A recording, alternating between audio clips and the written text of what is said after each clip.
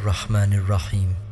Many years ago, our noble Prophet ﷺ revealed to his companions that between the time of creation of Adam, peace be upon him, and the resurrection day, there is nothing greater than the mischief of the Dajjal, the Antichrist. In my dreams, I have seen many things pertaining to the false Messiah, and today I'm going to combine them to present a comprehensive narrative of what I have witnessed regarding Masih ad-Dajjal. Dajjal's height is about 6 feet and 1 or 2 inches. He has a cruel face with dark brown skin. He is clean shaved and bears a mole on his cheek. Dajjal has slight curly dark hair, and he bears close resemblance to a typical South Asian or Middle Eastern man. Dajjal has a muscular build, and when I saw him, I didn't see any of his eyes bulging out. Rather, they were normal. I don't know if he is blind in one of his eyes. However, he does have the ability to shapeshift. Therefore, he can take on any appearance he desires, and he uses this ability to appear in a pleasant form and seduce the masses. When Dajjal walks, he strides with a lot of pride, and it feels like no one can approach or stand in front of him. Even those who may seem to have unshakable resolve will fall victim to his deception. In my dreams, I have heard Iblis address Dajjal as my rich warlord. According to what I have seen, Dajjal is frequently triggering and conspiring pandemonium in the Middle East. Bear in mind, he hasn't reached his full potential yet. So for the most part, I have seen him constructing some black magical harnessing power plants, which he uses to fuel his powers. In one particular dream, I've seen him performing bizarre rituals through the use of skulls, which he uses to gather magical powers and collects them in a fuel tank, which acts as a repository, similar to what you see sorcerers and magicians do. In one dream, I have heard Dajjal say, "Very soon, my power will increase, and I will acquire some new powers. I will implement my fear across the entire world, and the whole world will either submit to me, otherwise I will kill them." Perhaps this is symbolic for something ominous. Allah knows better. To me, it seems that Dajjal is waiting to gather enough power until he is ready to make an appearance to the world, and he gains this power by establishing magical harnessing power plants. I'm not sure if the construction of the third temple is a part of his ritual to obtain more power. Allah knows best.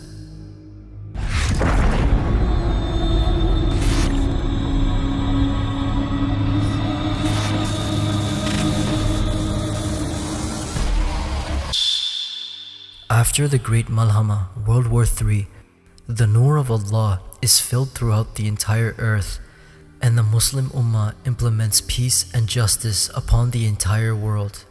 And this peace lasts close to a decade. During this peaceful reign, the Muslim army builds heavy high-tech weaponry and technology to prepare for the war against Dajjal. While the Ummah prepares for this trial, a few disbelievers await the arrival of the Dajjal. When Dajjal emerges in public, he is able to quickly subdue the entire world, which causes the believers to become fretful of him. Dajjal claims that he is a god, and he is easily able to appeal to the masses and supports his claim through the use of his diabolical powers. Dajjal fools many people, and those with weak faith start joining him very quickly. Many people have questioned me about whether or not Dajjal will use technology or jinns to perform his deceptive miracles. From what I have seen, Dajjal will be able to perform his supernatural feats through the use of black magic. It is only by Allah's decree that he is able to have such powers, and he is indefinitely the greatest trial for mankind. In my dreams, I was informed that the supernatural feats which we watch in movies and television would easily be performed by Dajjal. Dajjal promises the people a paradise on earth. To the men, he promises women, wealth, property, and whatever their hearts desire. To the women, Dajjal promises to beautify their appearance, make them more attractive, and grant them anything they desire. Due to this, billions of people join him in a matter of days. The Islamic forces advance to confront Dajjal and engage him and his army of followers. However, our efforts seemed to be of no avail, and our heavy missiles were like firecrackers in front of Dajjal.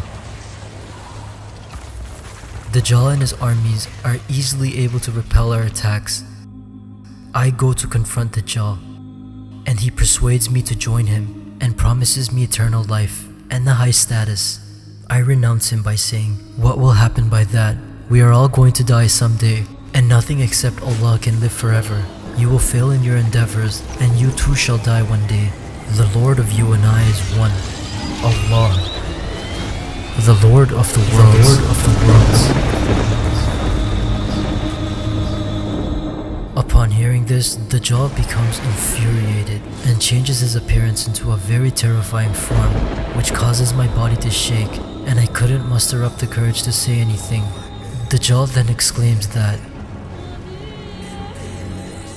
if I don't pledge allegiance with him, then he will kill me, and tells me to go home and contemplate about my final decision. After this encounter, I leave from Dajjal's presence and go back home. I approach the Muslims and warn them that if anyone confronts Dajjal, there is a 99.9% chance that they will join him. Dajjal is indeed a great trial, and only those who Allah has bestowed His special mercy upon can save themselves from this trial. I instruct them that, O Muslims, if we love Allah and Muhammad sallallahu alaihi wasallam, it is better for us to die as Muslims than to pledge allegiance with Dajjal. Come, let us die as shaheed in the path of Allah while fighting Dajjal. The Muslims agree with me, and the believers gather to wage war against Dajjal and his group of disbelievers. And with that, the war between truth and falsehood begins.